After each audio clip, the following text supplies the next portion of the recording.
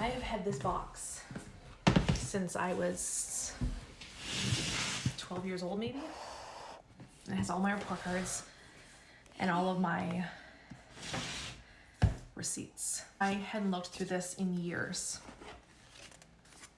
And about a year ago, I went through it and I discovered there was a note in it from my parent from when they put me in foster care. So let me get that out for you and we'll take a look.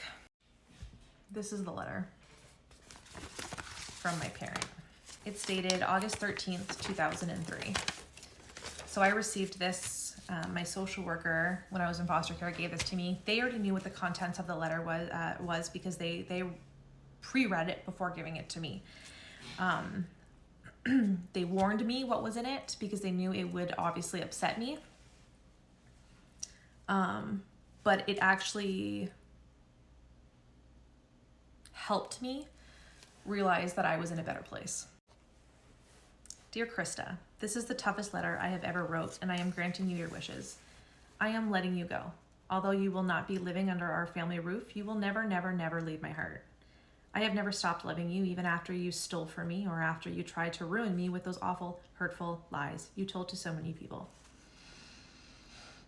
I will continue to pray for you every night, asking God to keep you safe and protected. I am so sorry you had such a rough childhood caused by you. I know not every child witnesses their parents suffer bad health or have a other parent treat them the way your parent did. I cannot change the past, Krista.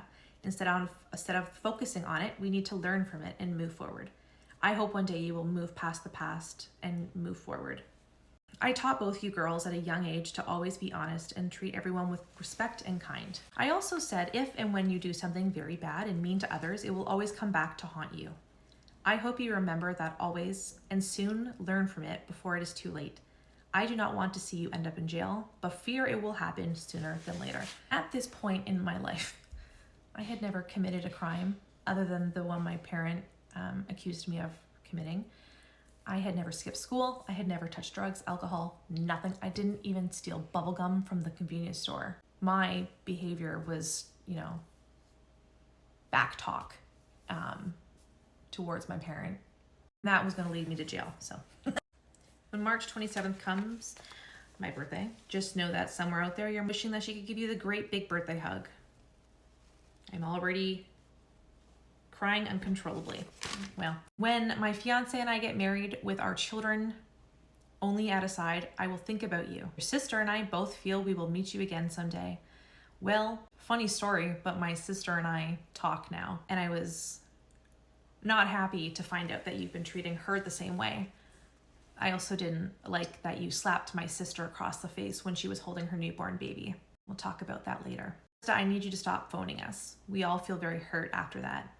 I remember calling her when I was in foster care and pleading to take me back home because I missed them so much. This letter helped me though. I was able to realize I was in a better place, even though I didn't get to see any other family members. After many family meetings and after much time to think on my own, I know we cannot tolerate these behaviors and actions. I know I did everything in my possibility to get you the right help. I'm just so sorry and very sad that you refused the help. A phone call last week from a counselor at your school telling me you asked them not to include me in getting any details proved to me that you were shutting me out. Well, you put me in foster care. Therefore, my foster mom and social worker would be the one receiving details about me. When you put a child in foster care, in my opinion, you lose the right to know things. Best part of this note. One day you will have children and understand all of this. There is a saying, if you love something, let it go. If it comes back, then it was yours. If it doesn't, then it was never yours. So I'm letting you go, not because I dislike you. It is because I love you and know you have not been happy with us for a long time. Here's the thing. I have 3 beautiful, happy, healthy children. And no, I don't. I still today don't understand this. My children have all had their moments. They have said things that hurt my feelings, but I didn't take it personally because children, especially children who have been through trauma, cannot regulate their emotions. It's our job as parents to help them work through their emotions. That's what I do with my children when they have unfavorable behaviors. Instead of threatening them, we work through the emotions. Discipline in our house looks like no TV after dinner.